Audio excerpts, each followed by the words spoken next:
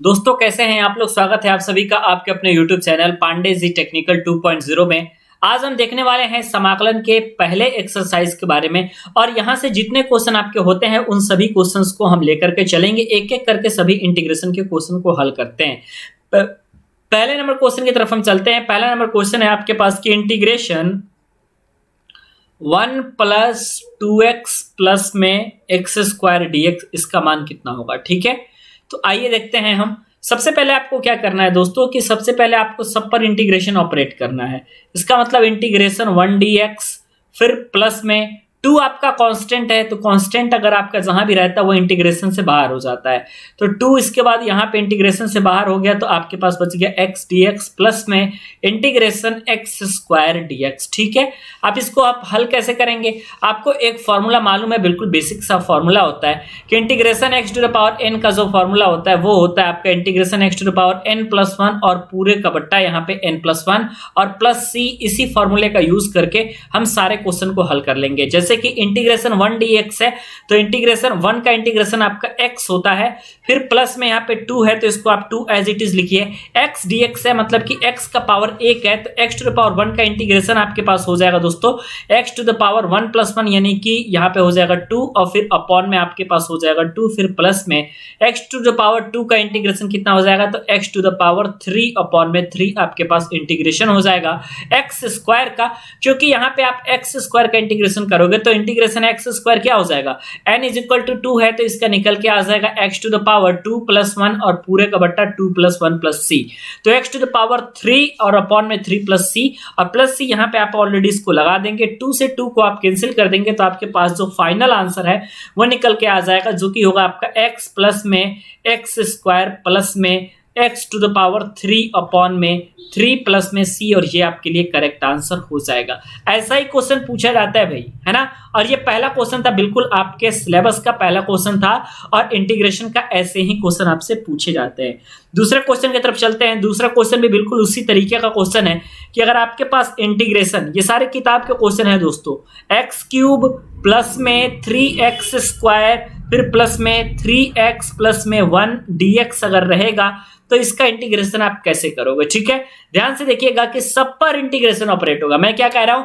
कि आपका जितना इंटीग्रेशन का टर्म है, जैसे कि x क्यूब है या 3x स्क्वायर है या 3x है या 1 है, सब पर आपको इंटीग्रेशन ऑपरेट करना है और जो आपका कांस्टेंट होगा वो इंटीग्रेशन से बाहर हो जाएगा। ठीक है, जैसे कि आप देखिए integration x to the power 3 dx, फिर प्लस में 3 आपका इंटीग्रेशन से बाहर हो जाएगा तो इंटीग्रेशन x स्क्वायर dx, फिर प्लस में यहाँ पे 3 है तो 3 फिर से आपका इंटीग्रेशन से बाहर हो गया, बचा आपके पास x dx, प्लस में आपके पास इंटीग्रेशन 1 dx। अब आप इसको हल करिए, पुनः वही formula integration x to the power n का फॉर्मूला फिर से अप्लाई करना है कि x to the power n plus 1 और पूरे का बट्टा n प्लस 1, यही तो फॉर्मूला है, और प्लस में c लगा देते हैं तो x टू द पावर 3 का क्या हो जाएगा, एक घात इस पे बढ़ा दीजिए तो x to the power 4 upon में 4, यही तो हो जाएगा। फिर प्लस में 3 गुणे यहाँ पे क्या हो जाएगा दोस्तों, x to the power 3 upon में 3, यही तो हो जाएगा। x स्क्वायर का integration x to the power 3 upon में 3 कैसे आया, integration x to the power n is equal to x to the power n plus 1 upon में n प्लस 1 प्लस c से आया। ठीक है, ये वाला फॉर्मूला जो कि की पॉइंट है, आपको ये चीज याद रखनी है। फिर प्लस में आप यहां से देखिए 3 इंटू में, अब यहाँ पे इंटीग्रेशन x dx है तो x का आपके पास x to the power 2 upon में 2 आ जाएगा, फिर प्लस में इंटीग्रेशन 1 dx है तो 1 का इंटीग्रेशन आपके पास आ जाएगा x, और फिर आप इसको सॉल्व करेंगे तो 3 से 3 आप इसको कैंसिल कर दीजिए, बच गया आपके पास x to the power 4 upon में 4 प्लस में x टू द पावर 3, फिर प्लस में आपके पास निकल के आ गया 3x स्क्वायर अपॉन में 2, फिर प्लस में आ गया आपके पास x प्लस में c, और यही आपके लिए यहां से करेक्ट आंसर हो जाएगा। ठीक है, तो ये आप स्टार मार्क कर लीजिए, यही क्वेश्चन आपके पेपर में भी आया था और ऐसे ही प्रश्न आपके पेपर में भी पूछे जाते हैं। ठीक है, नेक्स्ट क्वेश्चन की तरफ चलते हैं। नेक्स्ट क्वेश्चन आपका देखते हैं क्या कह रहा है, और अगला क्वेश्चन भी बिल्कुल उसी तरीके से है, लेकिन थोड़ा सा दोस्तों यहाँ पे पैटर्न आपका चेंज है कि यहाँ पे ये पूछा जा रहा है कि इंटीग्रेशन x प्लस 3 और इसके अलावा x माइनस 4 dx का यहाँ पे क्या इंटीग्रेशन निकल के आएगा। आप इसको इंटीग्रेट अगर आप करोगे, सबसे पहले आप इसको सॉल्व करोगे तो x यहां से कॉमन ले लिए तो बच गया आपके पास x माइनस 4, फिर प्लस में 3 यहां से कॉमन कर यहाँ, ठीक है, +3 यहाँ पे ले लिए तो यहाँ पे बच गया आपके पास x-4 और यहाँ पे आपके पास निकल के आ गया है dx। अगर आप इसको सॉल्व करोगे ना तो ये देखिए सबसे पहले सॉल्व करने पे क्या आएगा, इंटीग्रेशन यहाँ पे आ जाएगा आपके पास x² माइनस में 4x, फिर प्लस में आपके पास 3x आ जाएगा, माइनस में आपके पास आ जाएगा 4×3=12 और उसके बाद आपके पास आ जाएगा dx। अगर आप इसको सॉल्व करते हैं तो इंटीग्रेशन x² माइनस में x माइनस में 12, उसके बाद यहाँ पे आ जाएगा आपके पास dx और उसके बाद अगर आप इसको सॉल्व करते हैं तो क्या हो जाएगा, ध्यान से देखिएगा कि इंटीग्रेशन x² dx ये अलग आपके पास हो जाएगा, माइनस इंटीग्रेशन x dx ये आपके पास अलग हो जाएगा, फिर माइनस में 12 कॉमन हो जाएगा और इंटीग्रेशन 1 dx आपके पास निकल के आ जाएगा। अगर आप इसको सॉल्व करते हैं दोस्तों तो आपके पास निकल के आ जाएगा सिंपल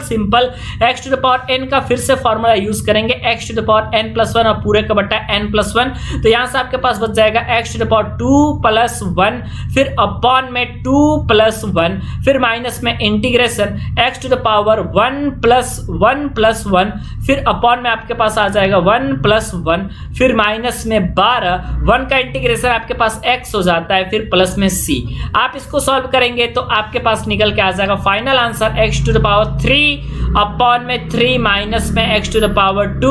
अपॉन में 2 माइनस में 12x + c और यही आपके लिए करेक्ट आंसर हो जाएगा। तो ऐसे ऐसे क्वेश्चन जो है दोस्तों आपसे ज्यादा पूछे जाते हैं, तो आप लोग जो है ऐसे तमाम इंपॉर्टेंट क्वेश्चंस को जरूर से जरूर सॉल्व कर लीजिएगा। अच्छे तरीके से अगर आप सॉल्व करेंगे तो आपको किसी भी प्रकार की दोस्तों दिक्कत नहीं होने वाली है, ठीक है। आइए एक और देखते हैं जो कि हाफ एंगल का क्वेश्चन है, बहुत ही ज्यादा इंपॉर्टेंट क्वेश्चन है ये, ठीक है।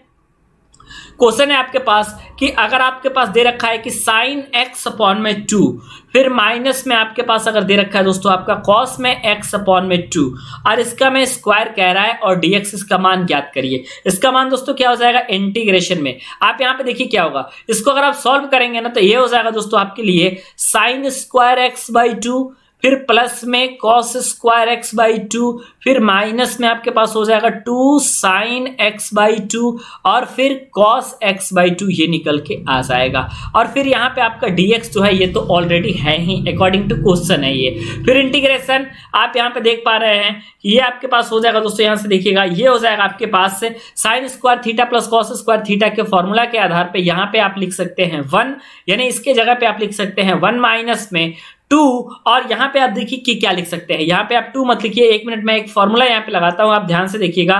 कि आपके पास मालूम है कि sin 2x का फॉर्मूला क्या होता है, 2 sin x cos x ये फॉर्मूला होता है, ठीक है। अगर आप इसको हाफ एंगल में तोड़ेंगे तो फिर sin x का फॉर्मूला क्या हो जाएगा, sin x का फॉर्मूला हो जाएगा 2 sin x/2 और इनटू में cos x/2 ये फॉर्मूला हो जाएगा आपका sin x का निकल के आ जाएगा। तो 1 माइनस में यहाँ पे आप लिख सकते हैं इसको sin x, क्या लिख सकते हैं 1 माइनस में आप लिख सकते हैं यहाँ से sin x, ऑलरेडी आपके पास dx यहाँ से दिया ही हुआ है, आप इसको तोड़ दीजिए, इंटीग्रेशन 1 dx हो जाएगा, 1 पे अलग इंटीग्रेशन ऑपरेट कर लीजिए, माइनस में इंटीग्रेशन आप sin x dx पे अलग ऑपरेट कर लीजिए, 1 का इंटीग्रेशन आपके पास हो जाएगा x और माइनस यहाँ पे हो जाएगा ऑलरेडी और sin x का जो इंटीग्रेशन है यहाँ पे निकल के आ जाएगा माइनस cos x और फिर प्लस में c हो जाएगा। अगर आप इसको फर्दर सॉल्व करते हैं तो ये x प्लस में cos x प्लस में c आपके पास निकल के आ जाएगा और यही आपके लिए करेक्ट आंसर होगा, ठीक है। यही आपके लिए दोस्तों करेक्ट आंसर होने वाला है। तो आइए देखते हैं फिर हम इस तरीके से क्वेश्चंस को हल करेंगे और ये क्वेश्चन आपके अभ्यास माला 1 के प्रश्न है, ठीक है। और आपको डेली वीडियोस मिलती रहेंगी, आप जो है बस चैनल को सब्सक्राइब कर लीजिएगा और बेल आइकन को प्रेस कर लीजिएगा ताकि लेटेस्ट वीडियो की जानकारी आपको सबसे पहले मिला करे। वीडियो देखने के लिए और हमारे साथ बने रहने के लिए बहुत बहुत धन्यवाद।